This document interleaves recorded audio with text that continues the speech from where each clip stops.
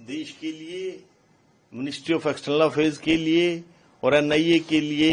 ये बहुत बड़ी अचीवमेंट है। आप जानते हैं कि ये 15 साल पुराना मामला था। इसमें कितना प्रयास किया गया है ये तो सिर्फ एनआईए के वो ऑफिसर्स ही जानते हैं जिन्होंने इस केस पर काम किया है।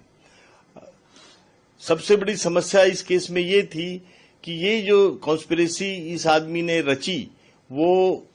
तबूरुल राणा और हेडले ये दोनों विदेश से आए थे। हेडले का तो कई विजिट्स थी इंडिया में, लेकिन तबूरुल राणा की तो सिर्फ एक ही विजिट थी। और हमारे लिए full proof evidence, because extradition के मामलों में हमें पहले तो अमेरिकन अथॉरिटीज को कन्विंस करना था और फिर अमेरिकन अथॉरिटीज ने को इंटर्न यूएस की कोर्ट्स को कन्विंस करना था इस आदमी की, तबूरुल राणा की एक्स्ट्राडिशन के लिए। तो इसमें रेगुलरली अमेरिकन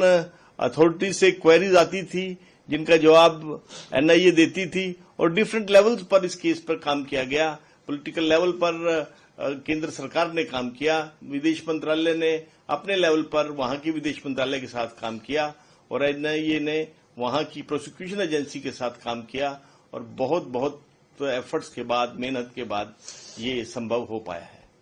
सर, जो ये प्रोसेस होता है और कई सारी चीजें होती है जिसमें सामने वाली अथॉरिटीज को हम कन्विंस करते हैं, क्या क्या चीजें होती है जो बाधा डालती है एक्स्ट्रेडिशन में?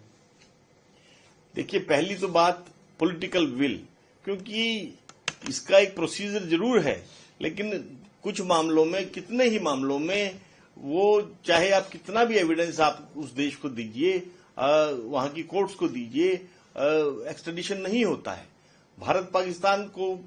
दाऊद इब्राहिम के बारे में या लखवी के बारे में या हाफिज सईद के बारे में इतना फुल प्रूफ और कन्विंसिंग एविडेंस देता रहा है, लेकिन कोई एक्स्ट्रेडिशन का सवाल नहीं है। तो पहली बात यह है कि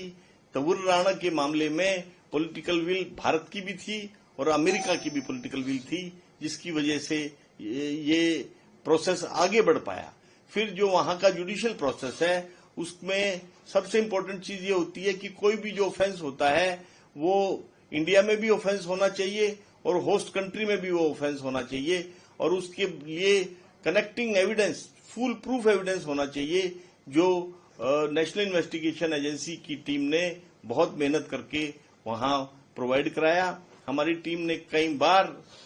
अमेरिका को विजिट किया,